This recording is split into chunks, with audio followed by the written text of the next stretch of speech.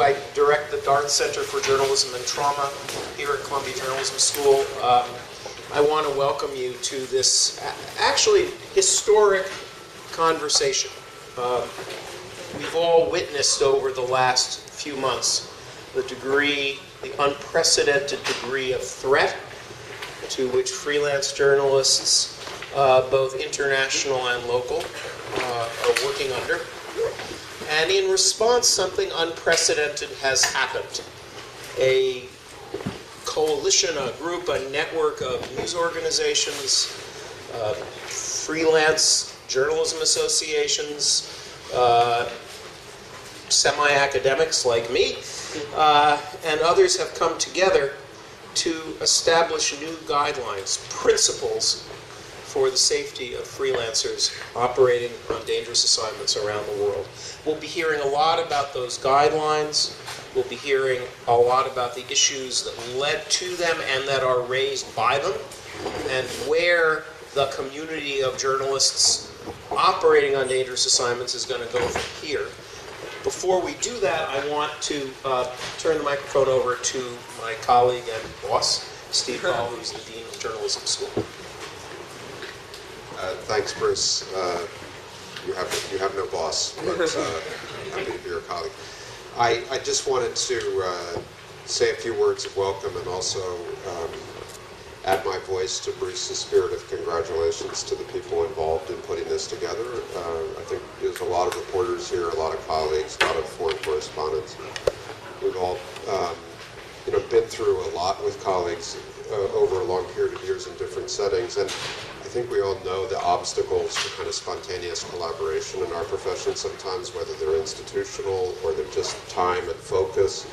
And this is really rare, I think, in our experience, that a crisis has given rise to a kind of bottom-up response that has included some of the most important news organizations in the world, AP and Reuters in particular, and the Beeb and others that have done something a little bit outside of their own sort of lines by signing on to corporate responsibility principles early before others were establishing momentum. And I just want to recognize, if you look at the corporate responsibility movement in other industries, the first movers are the bravest ones and the ones that really set things in motion.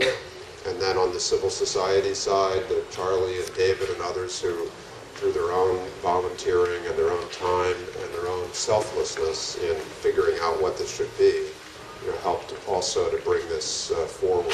And so we're really proud just to provide the real estate and the food and soft drinks, and that's really, and now we want to see where this goes and help you in whatever way we can, because I think we all also recognize that journalism is in a period of de-institutionalization, and certainly around this school, with all these wonderful young people who turn up against, all of the conventional advice from some of their bosses and mentors, committed to a life in journalism, and the world they're going to go into requires them to navigate on their own to a greater degree than my generation had to do at a comparable age. And so it's a very important service of ours to try to help them have the resources and the training and the support they require to do the work that's so essential and that we've all been so motivated by over so many years. So please, as a practical matter, if there's anything that we at Columbia can do to help in a more purposeful or more successful way than we're doing now, please let us know, because we really think this is important work, and most of all, we're really glad you're doing it. So thank you. Thanks, Steve. It is really an extraordinary thing for a school to kind of turn its resources over to convening a reform effort that it doesn't control and doesn't have any investment in beyond making the world a better place. Steve has been supportive of this since the beginning. Quick housekeeping, quick word on the structure of this evening. Housekeeping, the bathrooms, if you need them, are one flight downstairs. There are copies of the call for global standards of journalist safety, as well as the press release for this event, on the table in back, or Kelly, my colleague Kelly Boyce, is holding up her hand. She's got them. We are going to have 2 panels tonight. These guidelines that we're announcing draw on complex issues and lead in complex directions, and involve news executives, grassroots leaders in journalism, and many others. So we've got a big agenda and a short space to do it in. So we've got 2 panels. The first panel will introduce these new guidelines to all of you. It will be chaired by my friend Emma Daly, one of the great conflict correspondents of the last generation, and currently with Human Rights Watch. It will include Vaughn Smith, who helped draft these, the 3 people who helped draft these guidelines. Vaughn Smith, founder of the Frontline Club and chair of Frontline Freelance Register in London. Charlie Sennott from Global Post and the GroundTruth Project. David Rohde from Reuters. And Marcus Mabry is the president of the Overseas Press Club. I am going to turn it... Oh, no, Rob's later. Oh, John. Sorry, and Don Daniszweski from the Associated Press. All central to the drafting of these guidelines. Emma, yours. Panelists.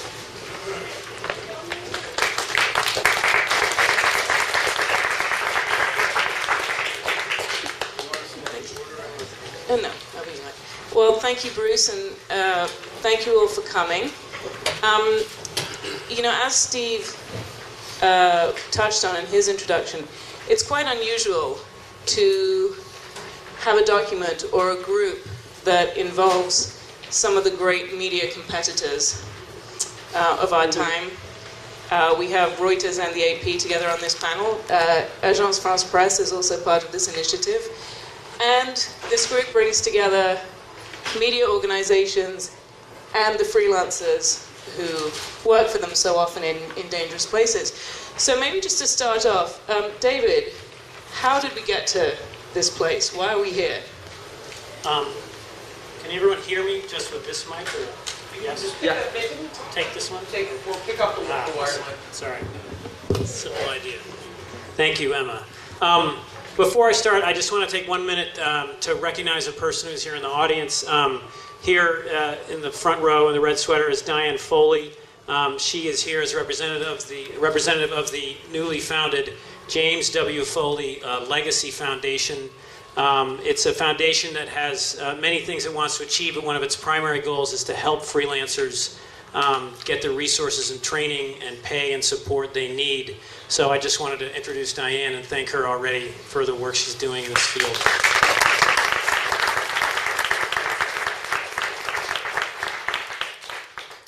In terms of how this started, I'll try to keep it short. The initial thing was actually an invitation from John Daniszweski of AP to moderate a conversation.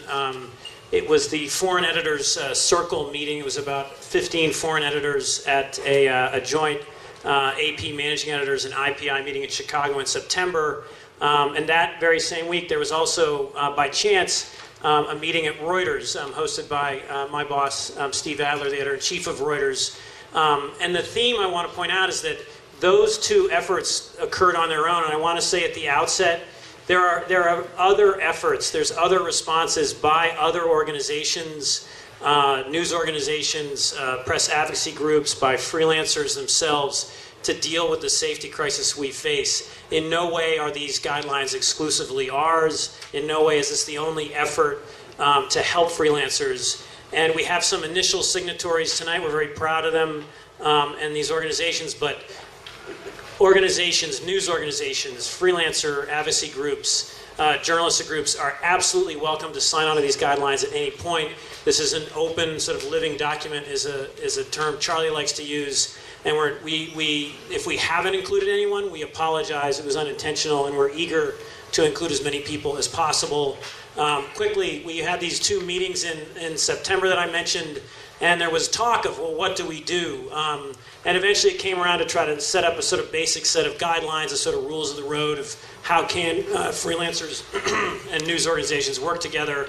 After the first 2 meetings, Marcus, who's sitting next to me of the Overseas Press Club, hosted a meeting at the New York Times where we met again and formed a sort of drafting committee. It was all very informal and volunteer.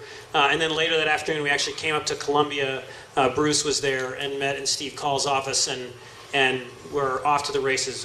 Juan Smith from the Frontline Freelance Register was actually also there in October. And, you know, we started a process, and I'll be honest, a process that most of us thought would never work. And it's an absolute miracle from our perspective that we're here today. And I just thank everyone that's made this happen from all these different organizations. And thank you all for coming tonight. And Charlie from GroundTruth Project, formerly of Global Post and a founder of Global Post. Do you want to jump in as well on, Sure. on this? I think the question was, where did this all start? Can you hear me? Is that good? Good?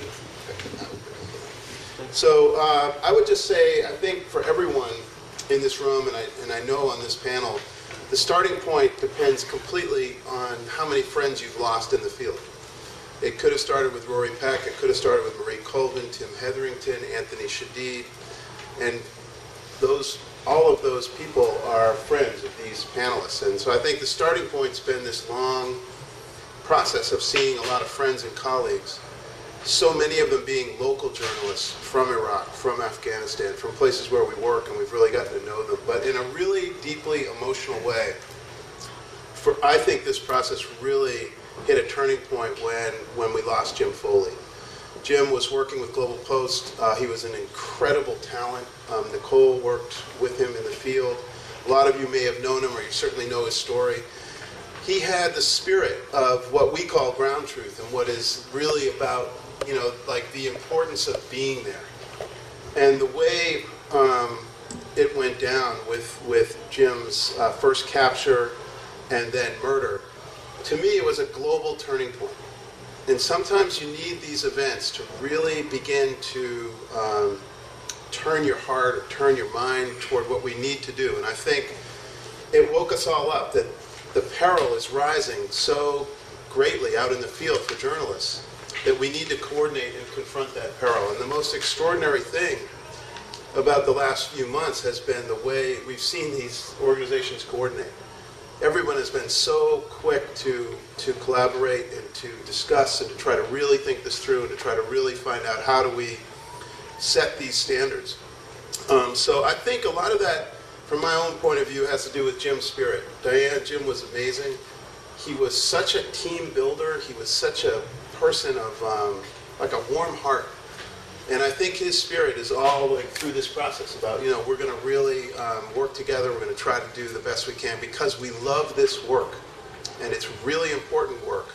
And it's getting more and more dangerous out there. And as news organizations rely more and more on freelancers, we're going to have to bind together in a community that cares about this and think it through together in a way that we really hold tight. And I think that's the origin. And thank you. And in the spirit of Jim, who would have asked the question, Yeah. so we now have 25 signatories, including a number of major media organizations. The document is full of a lot of shoulds.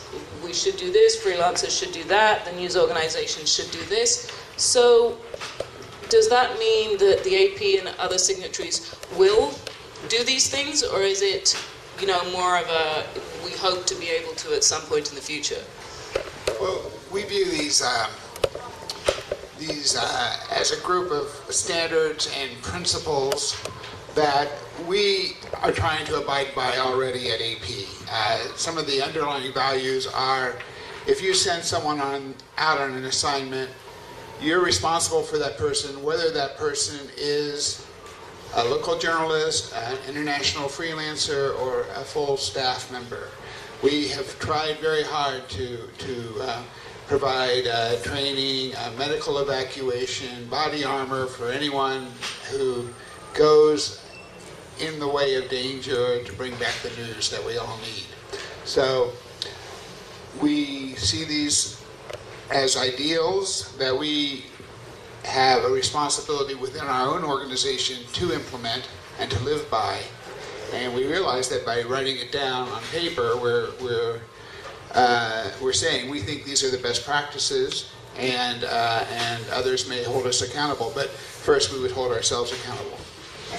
I want to pick up on a couple of things in there, but I also want, Vaughan, to bring you in because you're really the voice of the freelancer on this panel, and it's quite unusual to have both the news organizations and the freelancers committing to this. So,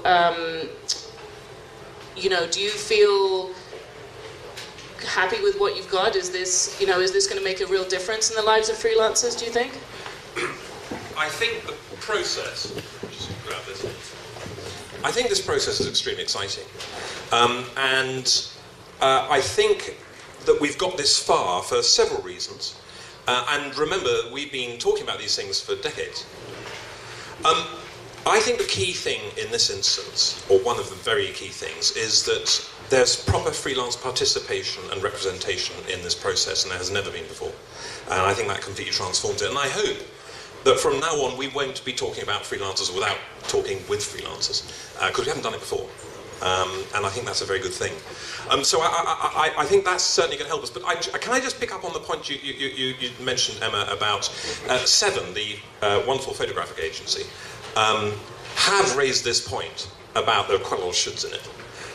Now, my view and the FFR view has been that we have not got everything we wanted out of this process. It's been a negotiation. We've been negotiating for freelancers. That's nearly 50% of the negotiation. As one organisation, we've been doing all of that. And all the other media organisations have had adding their little bit in, and we tried to maintain enough in there for freelancers for it to be worth us to sign them. We took the view collectively. I'm part of a board of 7 freelancers. And we all decided, it was unanimous, that we should sign this. And we are concerned about the shoulds. There's a hair's breadth of difference between us and Seven. And we completely respect their position on this. They are right. Should is too weak. We would like that changed in time. However, it's still a good agreement. It's still important because actually should is a word that you can hold people to account to. Perhaps not as much as will, but it's still a useful word.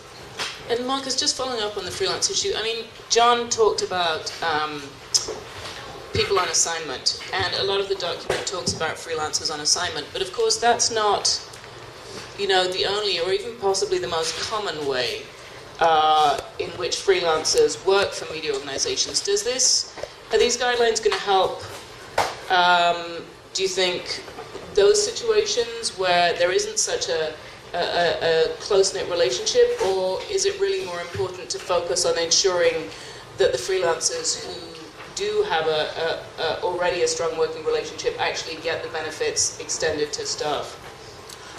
Those are the most important questions, I think. It's really important to hold two, perhaps seemingly contradictory thoughts in mind about these guidelines and the process that we went through, the very hard process we went through to make them happen, to come to fruition. The first thought you have to keep in mind, and everyone's hit on this, and Vaughan talked about it, is this has never ever happened before. Never before have news organizations, journalism advocacy groups come together and said, here are a set of principles of how the relationship should go between freelancers and news organizations. That's never happened. We're in a vastly transformed and constantly transforming industry in foreign news coverage. More of it is done by freelancers than ever before. The future probably lies in that direction still, even more. And increasingly, and this is something we hashed out a lot in the formulation of this document, by local journalists who are not Western freelancers. And what protections do they get, which we don't address at length in here. That was one of our big points of contention that we talked about. So this is unprecedented and extraordinary. At the same time, this is only a beginning. This is just the first. This is the start of a process, not just the sort of a document and signatories. And there'll be more signatories and many more who are, as Vaughan was saying, a hair's breadth away from signing on now. We will see more signatories. And even more important than the signatories, though, to this document is the fact that there is a set of documents, there's a set of principles that are now public, that all of us, whatever the news organization, whatever our status as a freelancer or a staffer, can point to and say, hey, have you read the principles? Whatever, even if you're on contract, if you're just a 25-year-old who's wandering through Somalia, who calls up some people and say, I got some stuff, do you want to, there is something you can all point to now. And I think that beginning of that process is even more important than this historic process itself. The fact that we will keep talking to one another and we will deepen and strengthen that network and that understanding, which has never ever been public before.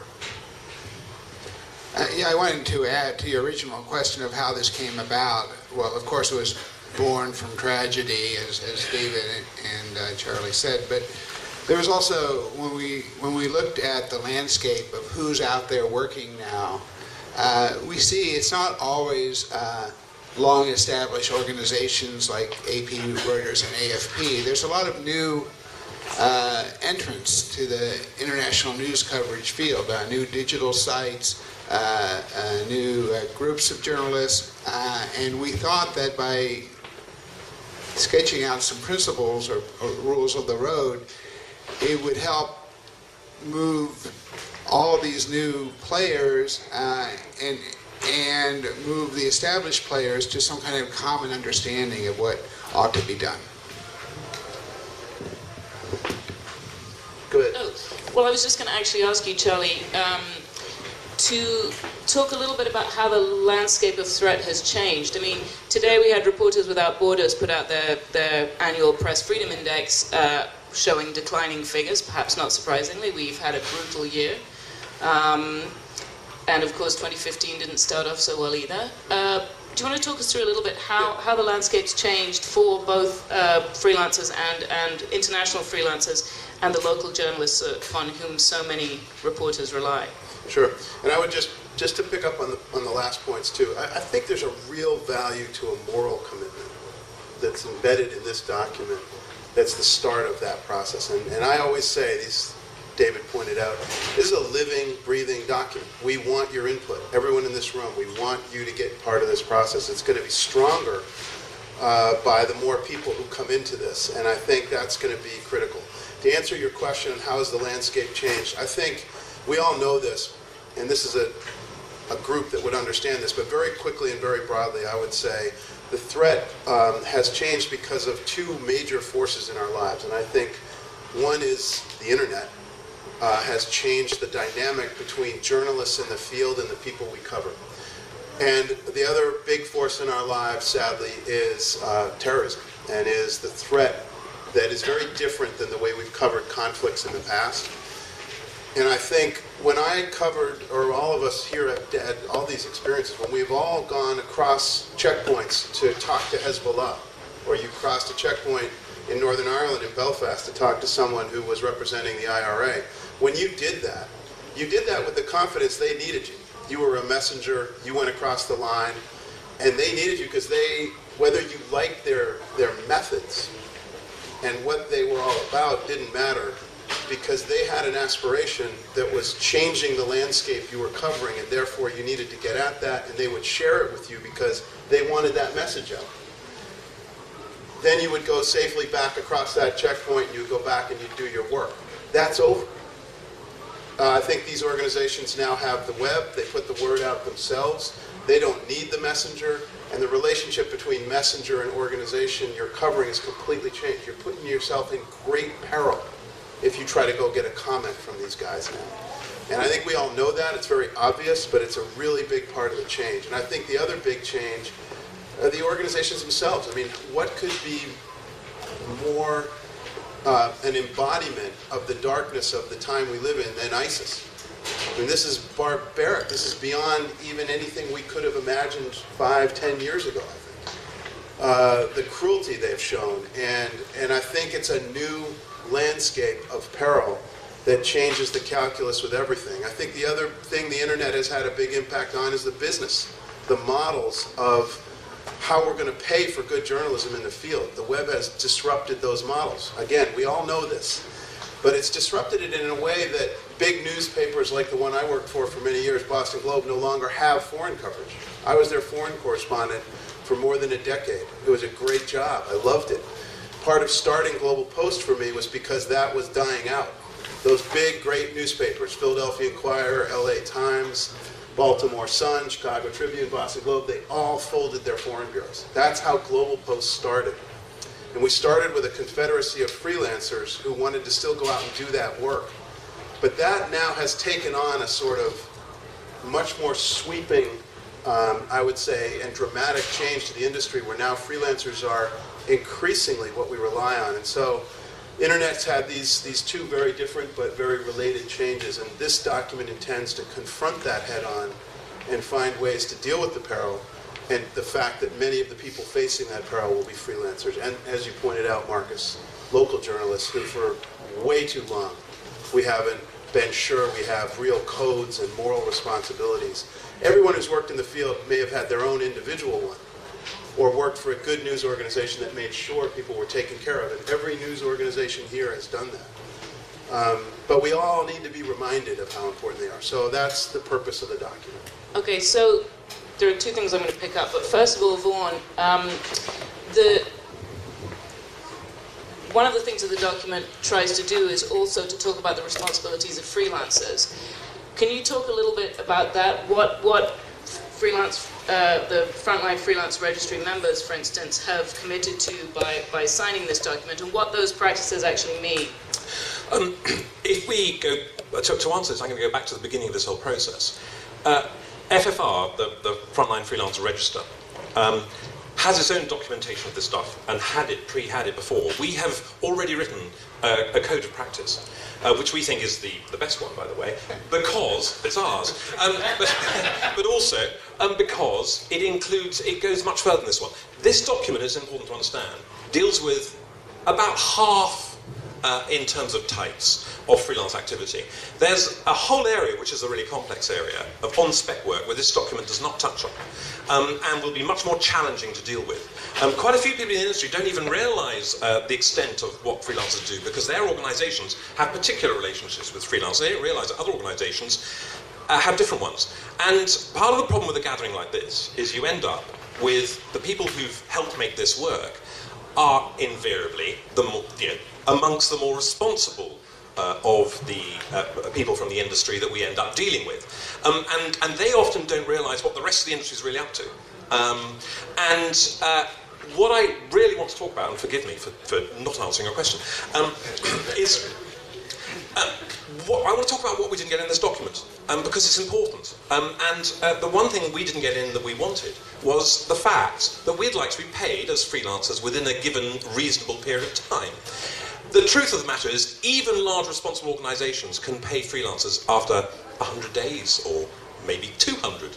And you often have a situation where freelancers are having to stump up their own costs, and they don't get paid that for months as well. So one of the issues we have as freelancers, and it's something that people do not talk about, the industry doesn't talk about it enough, and we would like to keep talking about it because it needs resolution, is pay. We are mostly paid abominably for the work we do, and it isn't right, it isn't acceptable. There's a massive moral argument here, and I would like every decent journalist to know what their organisation is actually paying the freelancers that it engages, because I think they'd be horrified if they knew. Anyway, I'd also like to pop in, if I could, the fact that I've just heard on my computer thing that The Guardian have just signed up as well, which is rather good news. Oh.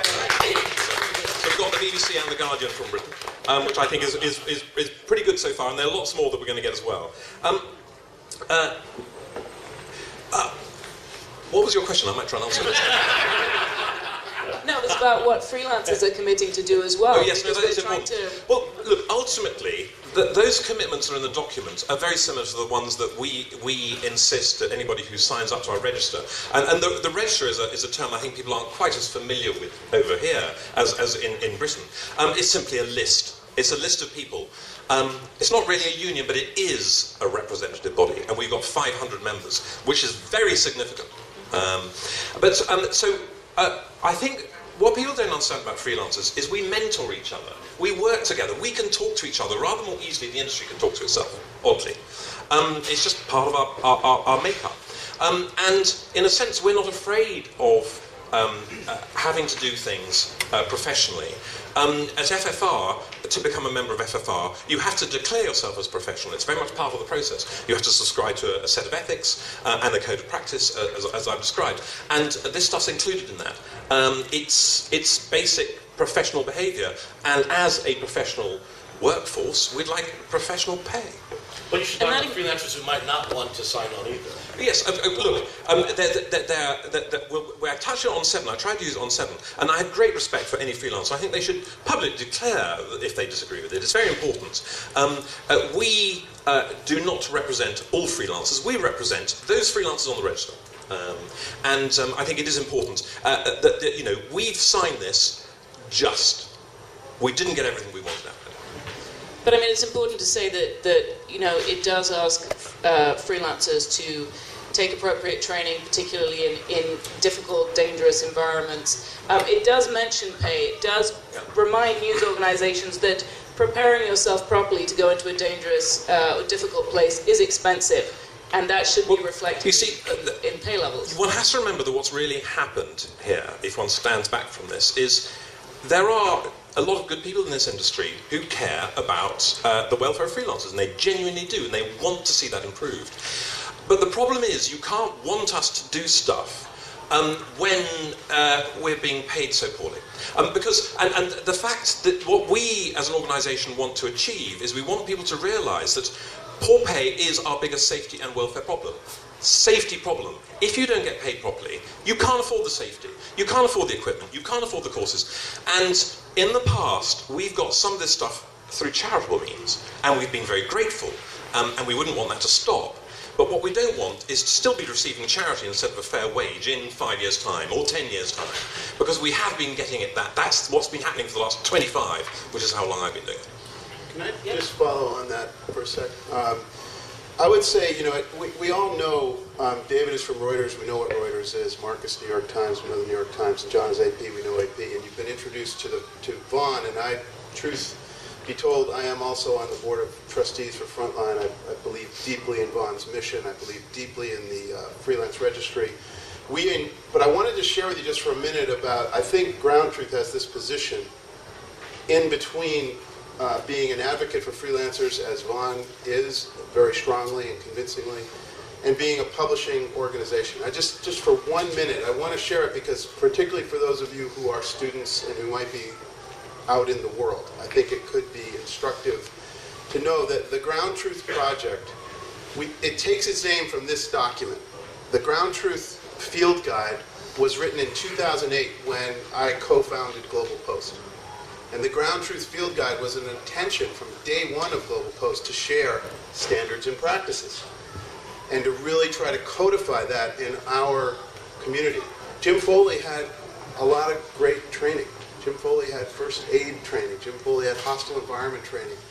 But I do think there were a lot of lessons we need to learn about going forward that we can do better. And I know we can. So that's why I started the GroundTruth project. And what we do there is try to train and mentor the next generation of foreign correspondents by giving them resources they need to do big projects, things that they might not get to do as a freelancer, doing sort of one-off, quick hits, hustling, as Vaughn has pointed out, for too little pay. How could we create a funding pool to do some aspirational work, to really reach, really try to get you to do this kind of work, and then to be surrounded by mentors and people who will teach you to do it safely and give you the kind of editing and the kind of, I don't know, just practical experience of people who've been in these places before. So I just want to put that out because we've decided in our field guide to now put the call, as I call it, this is a really poorly named document, a call to global safety standards and principles. I don't know where our headline writers were, but definitely it's a mouthful. And I think I'm just calling it the call. And we put the call embedded into this document, and we're putting it up online today. You can get it at the groundtruthproject.org, and it's really a place just where you can download, first of all, the principles, of course, but also just sort of our own sense of guidelines. And I also want to say we do essays about lessons learned in the field. David Rohde wrote a beautiful one, really important essay about kidnap and ransom and a need for a rationalized policy. Gary Knight of 7 Photo, who's our visual editor, wrote a really important essay about freelancing and defending it fiercely, by the way, defending the freedom of it and the independence of it. And James Foley wrote an essay that is amazing. Before he went to Syria, he sat down with me on the train to Tim Hetherington's funeral. And he sat and wrote out the lessons he learned when he was captured in Libya first and then released. And I think equally importantly, he shared his passion for why he wants to do this work and why he wants to be there. So I really want to encourage you to check this document out.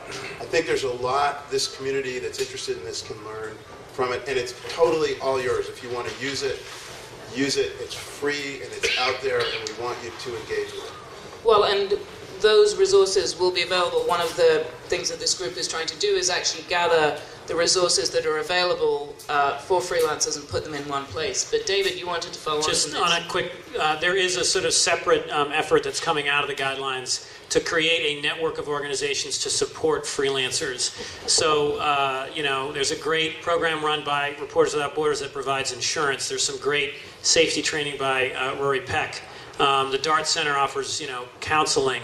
Can, those organizations work together, kind of rationalize their efforts to create a network that will help freelancers get, the support and training they need, and Vaughn can keep working on pay. And that's the big focus of the next panel, right? But I would also add to that the Journalists in Distress Network, because I don't want to lose sight completely of the fact that this also speaks to local journalists. And the most threats around the world actually are directed at local journalists, and not necessarily in conflict areas, but because of the work they do.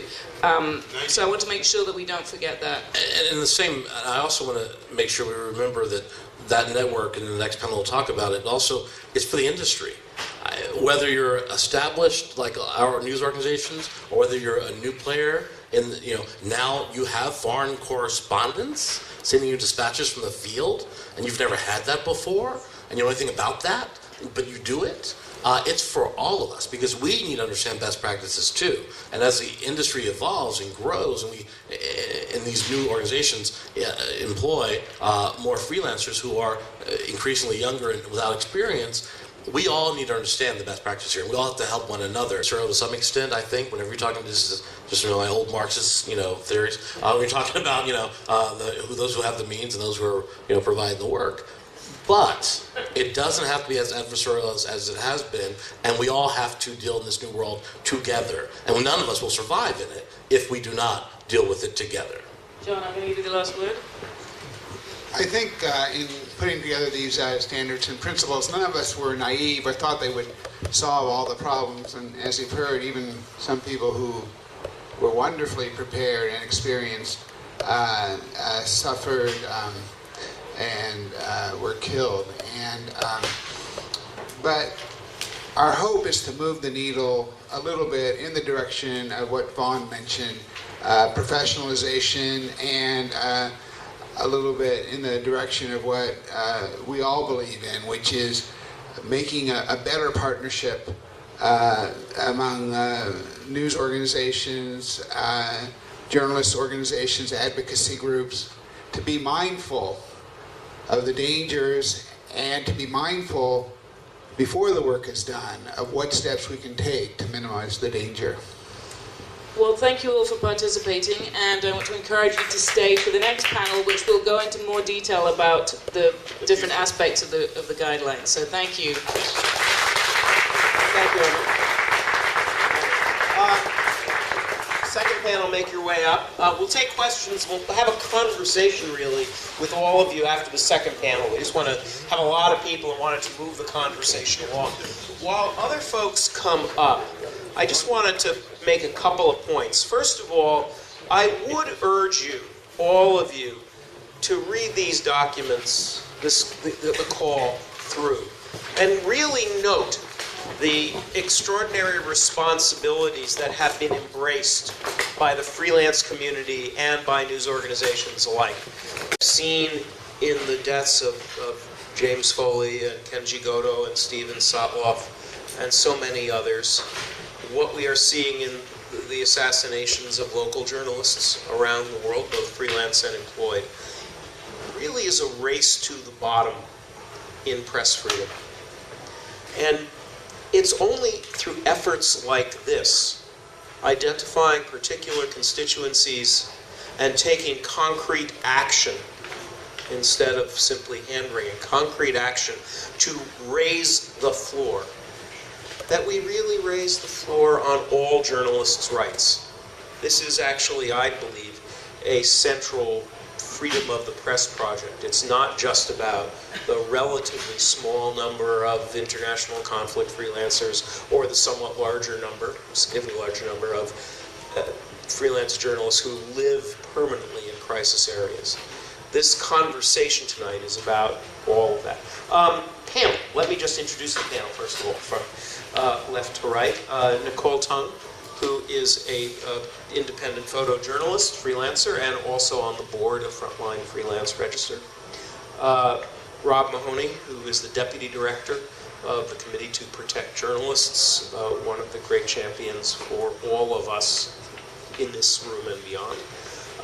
My Columbia colleague, Judith Matloff, who is a distinguished freelance crisis correspondent who's worked everywhere from Mexico to Moscow, and also leads here at the school one of the various efforts around the world to address freelance safety, a 4-day crisis reporting preparation course for freelancers, about which, brief ad, there's a flyer on the back along with the call and along with the press release for this event.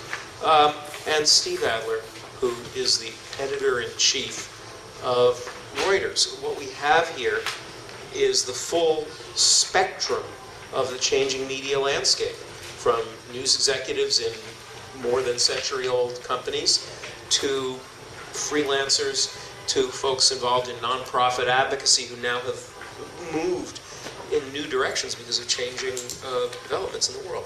This is a wide-ranging effort. Steve, I want to start with you. I was pleasantly surprised with the alacrity and speed with which Reuters, like the AP, signed on to these principles. I will confess that when we were having these conversations in our little drafters group, I kept saying, let's get individuals, don't bother with the big news organizations, the lawyers are going to be all over this. What led Reuters to move so decisively to support these standards, and what challenges are they going to bring for your company? I wish I had a better answer, but the answer really is the guidelines are so similar to our pre-existing internal guidelines that it didn't really require us to do anything radically differently. So there were a few things in the draft, I think I'll hold this, of the guidelines that we had issues with, but what ultimately resulted is actually virtually identical to our internal guidelines. In our internal guidelines, which we don't share publicly but are for our staff, but the preamble is the physical and emotional well-being of a full-time stringer is as important to Reuters as the physical and emotional well-being of a staff journalist. And then it goes through all the things we do, through hostile environment training, through going through the whole process of providing safety equipment, providing insurance, all the things we do for our staff journalists, we would do for journalists with whom we have a relationship. And that, the fact is we've got several hundred journalists who are not on staff, who are in places like Syria and Iraq and Libya and all over the world, who are not on staff, but for various reasons are spending a pretty significant amount of time working with us. And we're committed to providing the same protections to them that we provide to our staffers. Sometimes it's more complicated. So for example, because most of our freelancers are local journalists, if you're in a place, and again for safety reasons I won't name the place, but if you're in a place where you can't actually go in to the place safely to provide hostile environment training, we actually go to enormous expense and difficulty to get them out of the country to provide hostile environment training someplace else. So we were very comfortable with these, very strongly supportive of them, and also believe it's a really good sign that all these organizations want to work together to do this. But let me push you gently, or maybe not so gently. A freelance photographer I know emailed today and said, sounds great, but really these are going to, in a practical sense, do more to make editors and executives on the desk feel better than they will to, in any practical way, change the relationship between freelancers and employers. How do you see the relationship evolving, and where do guidelines like this fit in? Well, I think the relationship is evolving, at least for us, towards taking full responsibility for freelancers. And the fact is, if a freelancer who we're working with any kind of regularity, something bad happens to them, as a news organization, you kind of have to make a choice. And so you learn about this over time. So you learn that realistically, it's not helpful or useful or effective to start parsing what the differences are between an employee and a non-employee. Essentially, you need to make the commitment when you develop the relationship. So the hard part, to me, is not what's actually covered, as one of the panelists said, but what's not covered. The hard part for a big news organization like ours, and AFP has dealt with it a little differently than we have, is what do you do with somebody who brings you something, and you don't have a relationship with them, but, hey, it's really good. And that's what we grapple hardest with. That's the hardest issue for us, is do you have a blanket rule, as AFP says it does, that you don't accept anything if you haven't previously assigned it and solicited it? Or do you have a more flexible rule that says, well, if it's highly newsworthy, you have to make kind of a balance test. You have to decide whether or not to take it. So what our basic philosophy on that is, if it's hugely newsworthy, because our first obligation is to the public to be witness to what's going on in the world, we're likely to use it if we've authenticated it and we think it's newsworthy and true. But then our rules say what you then do is you have to go interview that freelancer, and you have to make a sort of a forward-looking decision as to whether you want to work with that person. And I know of a recent case where we took the work, we interviewed the person, and we decided this person didn't have the professional standards, they were too closely aligned to one side or the other in a conflict, and so we made an affirmative decision not to take their work. So to me, the harder issues are kind of at the boundaries of this document. What's in the document, I think, is very doable, and we're committed to doing it. Judith, you've been variously reporting, educating, and campaigning on the freelance safety issue for a very long time. Where do you see these documents fitting into the evolving picture, and where do we go from here, do you think? Okay, I used to be a bureau chief and sending people to places like Rwanda and Chechnya, and I wish there had been a document like this then, from a manager's point of view, because you need to know what sort of resources you need, and you need to know how to evaluate the staff you have and what risks you should take with them. Now, that was 20 years ago. And now I'm on the other side of it. I'm a freelance reporter and writer, and I'm dealing with editors who are very much in the same position that I was in 20 years ago. They don't know the right sort of questions to ask. I think this is incredibly important, because if you can provide people information and educate them, they'll act in a more appropriate and engaged and responsible way. And I think what Marcus said before is a point I want to touch upon.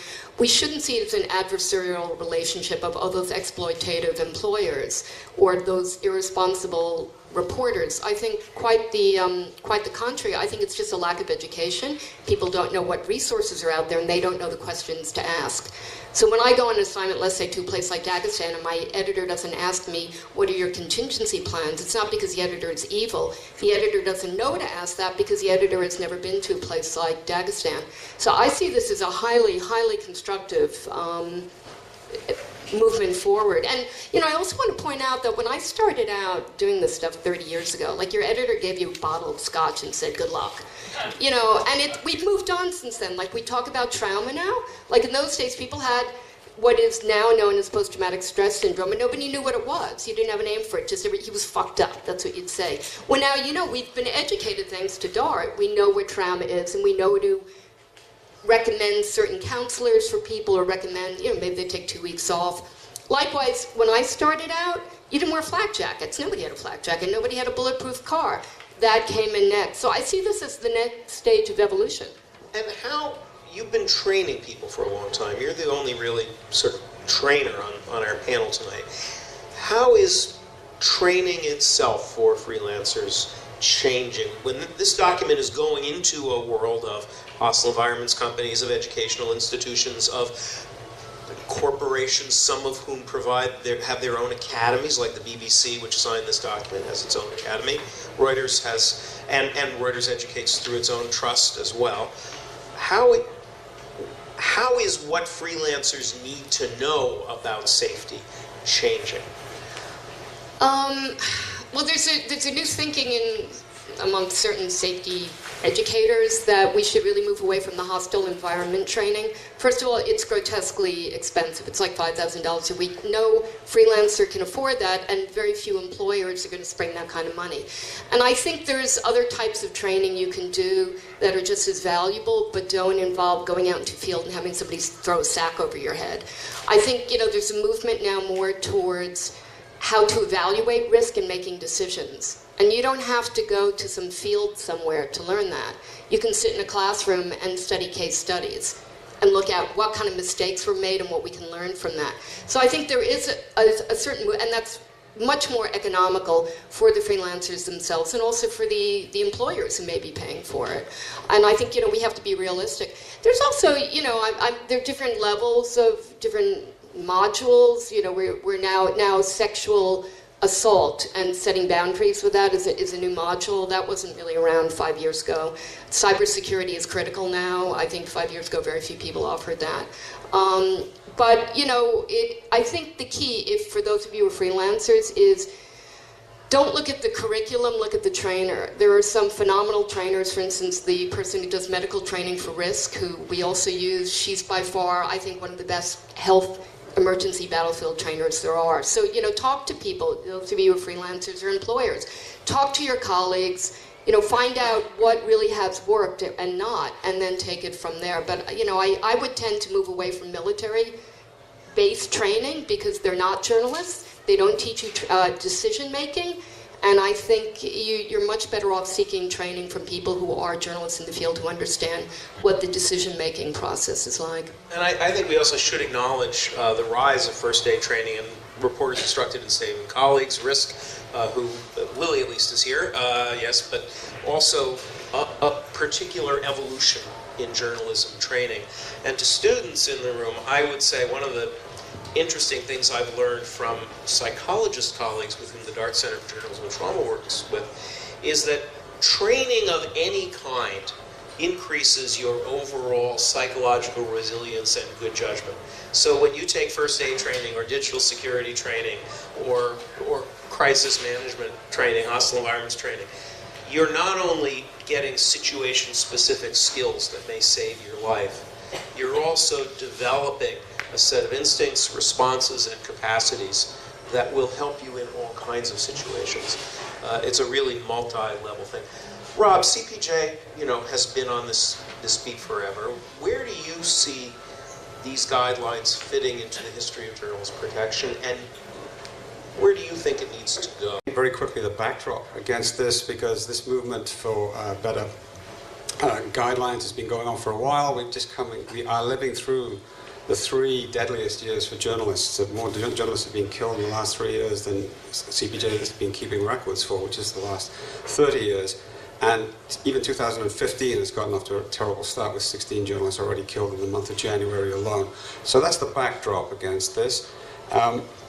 We think this is an incredibly important document, but it's only a start. I think we have to be careful not to treat freelancers as a monolithic group. There are lots of different groups of freelancers. There are lots of different groups of journalists who are working around the world who aren't on full-time staff.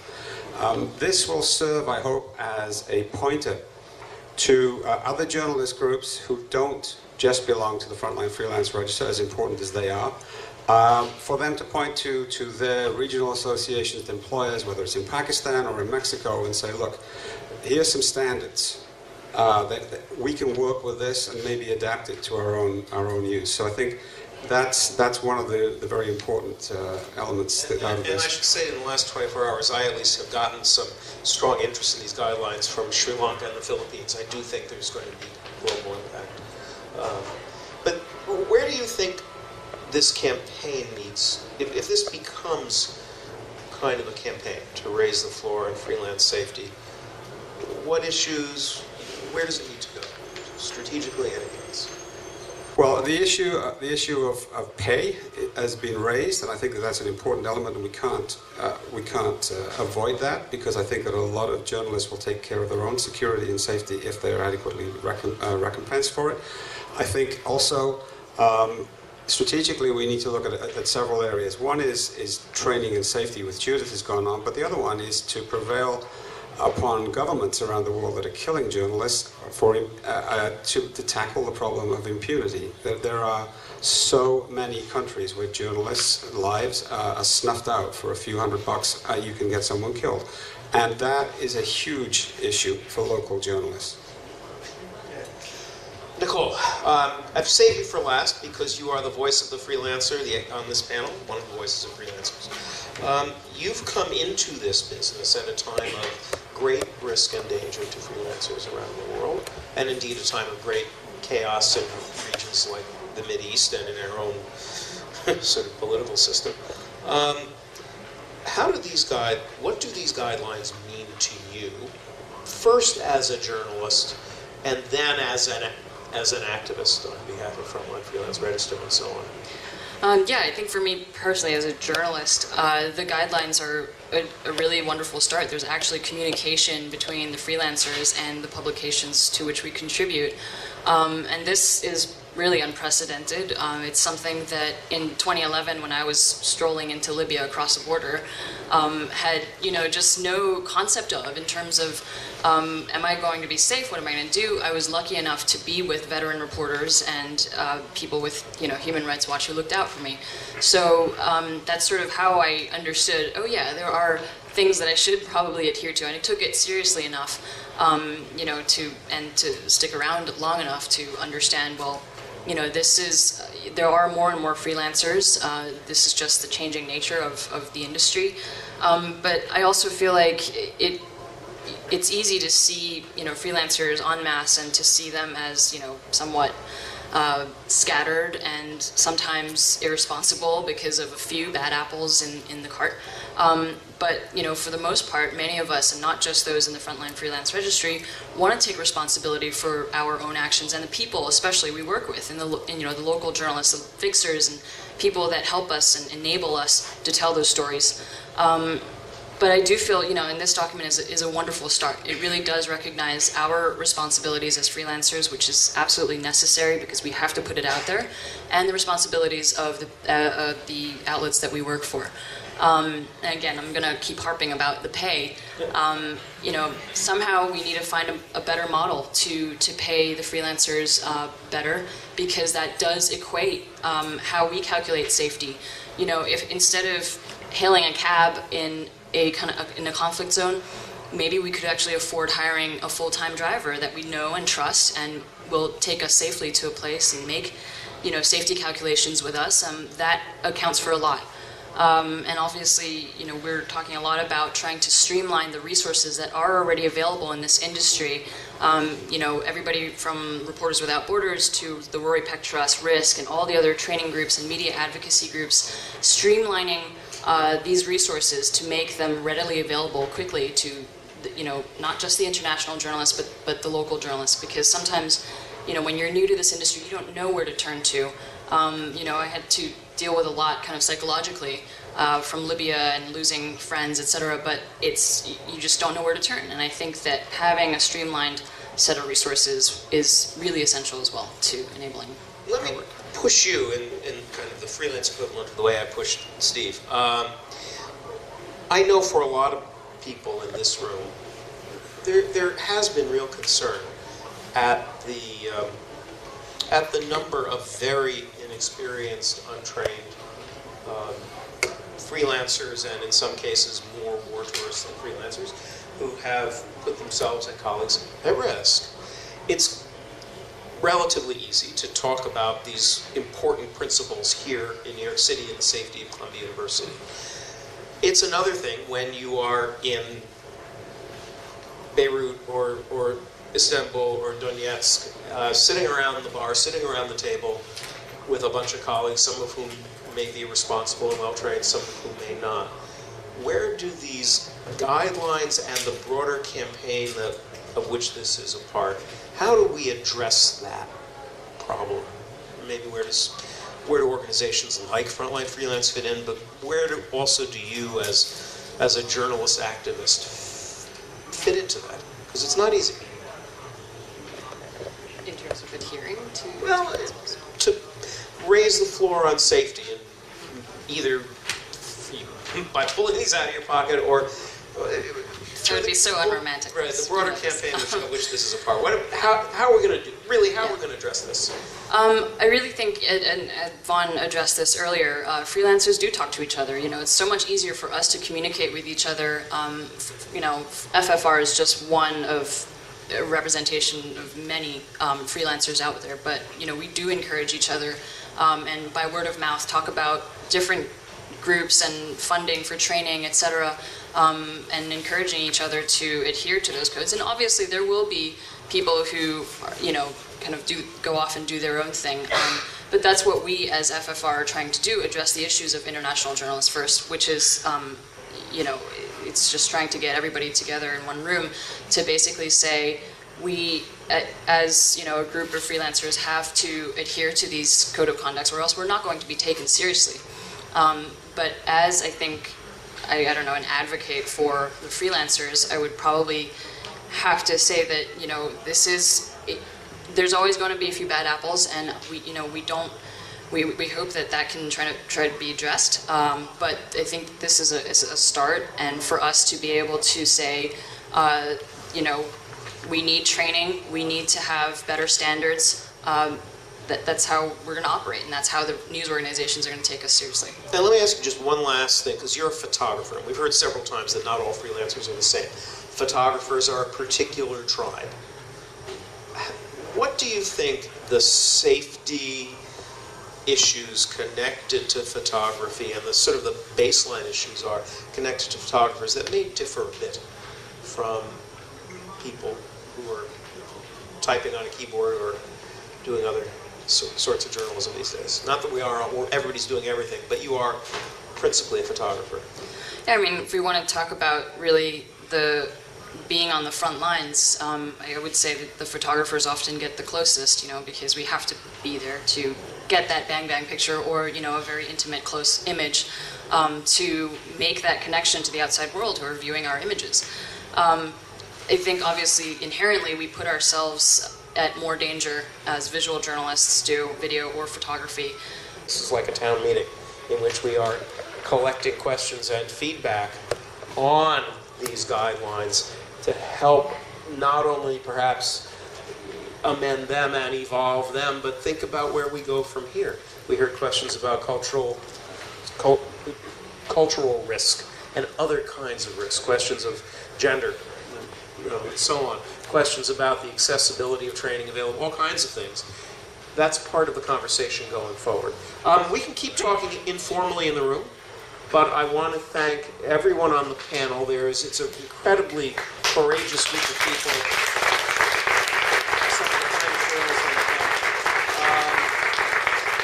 Thank all of you. And for those of you who want, A, there are copies of the guidelines and the press release. B, the guidelines are live now. They should be anyway on the Guard Center website and others. Thanks all.